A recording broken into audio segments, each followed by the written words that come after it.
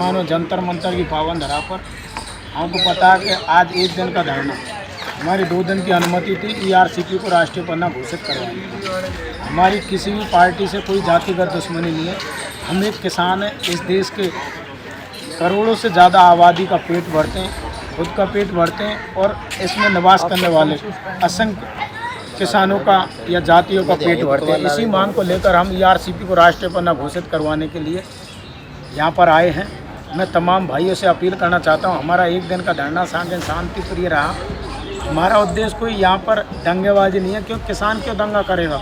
जो बेचारा ज़मीन से प्यार करने वाला, इस देश से प्यार करने वाला, वो क्यों दंगा करेगा? हम ईआरसीपी को राष्ट्रीय पन्ना घोषित करवाने के लिए देश के प्रधानमंत्री के यहाँ पर और हमारे द्वारा चुने हुए सांसदों का ध्यान आकर्षित करने के लिए, क्योंकि वर्तमान में राजस्थान की पावन धरा पर चुनाव होने जा रहे हैं।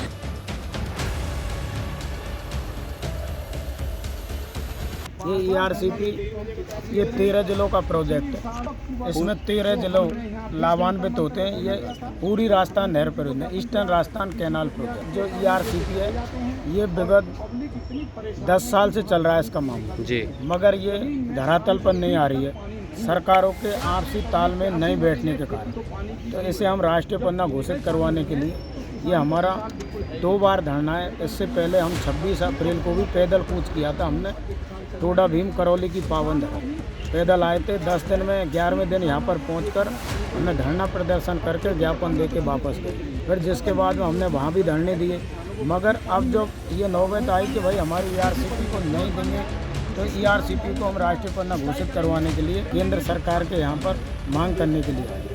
अशोक गहलोत सरकार ने तो इसका जो काम था, जो हमारे छूटे हुए बांध थे डीपीआर में, उनमें जितने भी बांध छूटे थे उनको जोड़ दिया। अब काम रह गया केवल केंद्र सरकार का। केंद्र सरकार तो झूठ पे झूठ बोले जा रही है, बोलती है कि आप डबल इंजन की सरकार लेके आओ, उसके बाद हम इसको राष्ट्रीय परियोजना घोषित करेंगे। 2017 के अंदर भी मोदी साहब जी आए थे अजमेर के अंदर, उन्होंने उस समय बोला था कि यहाँ पे डबल इंजन की सरकार लेके आओ तो हम इसको जल्दी ही राष्ट्रीय परियोजना घोषित कर देंगे 10 दिन के अंदर। लेकिन हुआ ये कि राजस्थान से 25 सांसद देने के बाद भी आज तक 5 साल पूरे होने वाले हैं और अब चुनाव आ रहे हैं नजदीक। 25 नवंबर से फिर चुनाव है, लेकिन आज तक इस पर कोई कार्रवाई नहीं की और नई राष्ट्रीय परियोजना घोषित किया गया है। तो ये तो देखो पॉलिटिकल से है, इसमें तो राजनीति इनके पार्टियों से हमें कोई मतलब नहीं। हमें तो मतलब ये है कि जो भी पार्टी हो, कोई सी भी हो, जो पानी लेके आएगी ईआरसीपी को राष्ट्रीय परियोजना घोषित करेगी, उसी को वोट मिलेगा। दूसरी सबसे बड़ी मुद्दा आप बता रहे हैं कि ये है कि ये बोलते हैं कि आप हमारी सरकार लेके आओ फिर से, तो हम राष्ट्रीय परियोजना घोषित करेंगे। लेकिन ये 10 साल हो गए ऐसे करते करते, तो विश्वास इनसे बिल्कुल ही उतर चुका है। तो अब कोई विश्वास नहीं रहा कि इनको हम वोटिंग करेंगे। अब राज्य सरकार ने दिया है, अब तो हम 2 साल संघर्ष कर लिया ना। अब हम केंद्र सरकार से भी कहते हैं कि साहब अब तो दे दीजिए। जैसे आपने उत्तर प्रदेश मध्य प्रदेश की जो केन बेतवा परियोजना है, उसको आपने 2.5-3 साल में कंप्लीट कर दिया। हमारी इस ईआरसीपी को भी आप 2.5-3 साल में कंप्लीट कर दो। हमारी इतनी सी गुजारिश है आपसे। हम ज़्यादा सवाल भी नहीं करते, ज़्यादा टिप्पणी भी नहीं करते। हम तो हाथ जोड़ के मोदी जी से यही कहना चाहेंगे, साहब ये आम आवाम आपसे गुजारिश करती है, ये आम आवाम आपसे हाथ जोड़कर ये कहती है कि इस परियोजना को आप राष्ट्रीय परियोजना घोषित करो और जो पैसा 90% केंद्र सरकार को देना है उसको तुरंत राज्य सरकार को देकर, ताकि ये परियोजना सही समय पे लागू हो जाए, ताकि हमारा किसान भाई अपने सम्मान से अपना जीवन जिए। समस्या यही आ रही है साहब, केंद्र सरकार पैसा नहीं दे रही है 90%, राज्य सरकार ने तो 10% पैसा दे दिया। अब मेन प्रॉब्लम यही है ना कि साहब बड़ा पैसा है वो तो देना केंद्र सरकार को ही है। केंद्र सरकार के बहुत सारे सांसद, बहुत सारे केंद्रीय मंत्री ये कहते हैं कि राजस्थान में हमारी सरकार बनाओ, तब जाके हम इस परियोजना को राष्ट्रीय परियोजना घोषित करेंगे। अब हमने कौन सा ठेका ले रखा है भाई सरकार बनाने का? हम तो ये कहते हैं कि जो हमें फायदा पहुंचाएगा हम उसी की सरकार बनाएंगे। सीधी सीधी बात है, चाहे कांग्रेस हो चाहे बीजेपी। ये लगातार झूठ बोल रहे हैं, लगातार झूठ बोल रहे हैं, लगातार झूठ बोल रहे हैं। अभी तक तो ऐसी कोई योजना ऐसी लॉन्च की नहीं जो जनमानस को फायदा हो, आम जन को फायदा हो। अब हम इन पे कैसे विश्वास करें? पहले आप इस योजना को राष्ट्रीय परियोजना घोषित करो, तब हम विश्वास करेंगे कि आप कुछ लायक हो। जल संसाधन मंत्री गजेंद्र सिंह शेखावत राजस्थान से ही हैं और जोधपुर से हैं। वो कई बार आए थे, दौसा के अंदर आए थे, तब हमने उनसे बात की थी। लेकिन उन्होंने उस समय भी यही बात बोली थी कि आप हमारी सरकार लेके आओ, हम आपको 46,000 करोड़ रुपए देंगे। हमने उस समय भी उनको यही बोला था कि आप पहले धरातल पर कुछ कार्य करो, उसके बाद आप वोट की बात करना। लेकिन उन्होंने तब भी हमारी नहीं सुनी। तो और उनको तो एक ही मकसद है कि पहले सरकार आनी चाहिए, उसके बाद में राष्ट्रीय प्रयोजन। लेकिन आप भी इस चीज़ को समझते हैं कि कोई भी अगर पैसा देके कोई काम कराता है तो उसकी आदत वही रहती है कि पैसा देकर ही उसको लूटना होता है। तो वही सिस्टम बीजेपी ने बना रखा है कि पहले घोषणा कर देंगे, ये कर देना है, वो कर देना है, लेकिन करेगा कुछ नहीं है। और ये मुद्दा सबसे बड़ा मुद्दा है किसान हित के लिए। राजस्थान के अंदर आज तक देश आज़ाद हुआ है तब से आज तक का किसानी मुद्दा सबसे बड़ा मुद्दा यही है। देखिए, किसान को पानी की ज़रूरत होती है और एक फसल का सही दाम मिले। जब पानी नहीं मिलेगा तो खेत फसल कहाँ से होगी भाई? बिना पानी का फसल होती नहीं है।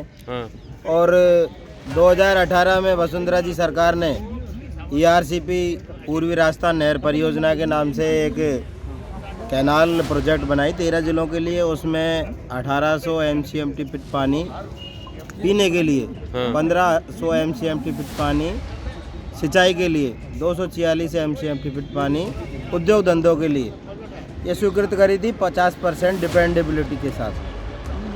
केंद्र सरकार को राष्ट्रीय परियोजना घोषित कराने के लिए वसुंधरा जी ने भी काफ़ी प्रयास किया। किशनगढ़ में मोदी जी ने जब भाषण दिया वहाँ पे बोला कि भाई कि आपकी यहाँ की मांगे मेरे पास में आ गई है और वसुंधरा जी ने भेज दी है, मैं उन पे विचार कर रहा हूँ और स्वीकृत कर देंगे हम उसको। फिर आए मीना नांगल हाई कोर्ट में दौसा में, डॉक्टर करोड़ीलाल जी मीना राज्यसभा सांसद है वहाँ से, तो उनके वहाँ पे भी उन्होंने घोषणा करी थी मोदी जी ने। 5 लाख की जनता थी वहाँ पे। उसके बाद हिंडौन में सभा हुई, वहाँ पे भी घोषणा करी थी मोदी जी ने, करौली जिले में हिंडौन में। लेकिन अभी तक राष्ट्रीय परियोजना घोषित नहीं हुई है। और हमारे अलग से जल शक्ति मंत्रालय भी बनाया भारत सरकार ने। उसमें केंद्र सरकार का मंत्री जो राजस्थान से आता है, गजेंद्र सिंह शेखावत जी, अब बड़े भाई साहब है। भाई साहब तो उनको हमारे से 500-600 किलोमीटर दूर है। पूर्वी राजस्थान से गहलोत की भी दुश्मनी है और क्या नाम है गजेंद्र सिंह शेखावत की भी दुश्मनी है। दोनों ही दुश्मनी निकालते हैं हमारे लोग से। हमारे वो पानी नहीं दे रहे, इनके झंझट में हमारा पानी अटक रहा है। हमारे यहाँ से 60 किलोमीटर 70 किलोमीटर से चंबल नदी गुजर रही है, बनास नदी गुजर रही है, उसका पानी लिफ्ट करके हमारे बांध लेने। पहले कुछ काम हो गया, नवनेरा बांध का काम हो गया, ईसरदा में हो गया, लेकिन डूंगरी डैम बनना है। एक तो डूंगरी डैम के लिए गहलोत सरकार ने 12,500 करोड़ रुपए रिलीज किए थे बजट सत्र में। 200 करोड़ को ही मतलब रिलीज किया उस फंड को। इस बार क्या 2 बार हमने बीजेपी भरोसा किया है। दोनों बार 14 में 19 में हमने 25 के 25 सांसद दिए हैं। 13 में सरकार बनाई, 18 में इन्होंने वादे किए दोबारा से कि भाई हम राष्ट्रीय परियोजना घोषित करेंगे। लेकिन अब इनके जुमले में आने वाले नहीं। अभी दिल्ली मुंबई एक्सप्रेस हाईवे निकला है, DMC। सस्ते दामों में इन्होंने किसानों की ज़मीन ली है। 95,000 करोड़ का प्रोजेक्ट है। इनको ज़रूरत थी क्योंकि ये लोगों को जामों में थोड़ी फंसना है, इनको तो अच्छे हाईवे चाहिए। आमजन क्या करे, किसान आदमी, उसका उस हाईवे से क्या मतलब रहेगा? वो अगर 4 घंटे के रास्ते को अगर 2 घंटे में आके 1,000 रुपये का टोल देगा तो क्या फ़ायदा हुआ उसको? उन्होंने सस्ते दामों में ज़मीन ली क्योंकि उनको काम है अपना, उसे बचत आनी, उनका रेवेन्यू आ रहा है उसका। राजस्थान का किसान बहुत परेशान है। राजस्थान एक अभावग्रस्त और गरीब राज्य है। वहाँ की सरकार के बस की बात नहीं कि इस योजना को लागू किया जाए क्योंकि इसका बजट समथिंग 40,000 करोड़ है। इसलिए हम लोग केंद्र सरकार से गुहार कर रहे हैं कि इस परियोजना को लागू किया जाए, ताकि यह परियोजना अगर लागू की जाती है तो यह राजस्थान के लिए जीवनदायिनी परियोजना साबित होगी, जिससे किसानों को खेती सिंचाई आदि में सहायता मिलेगी और राजस्थान का विकास संभव होगा। For more news and updates, follow AIR News.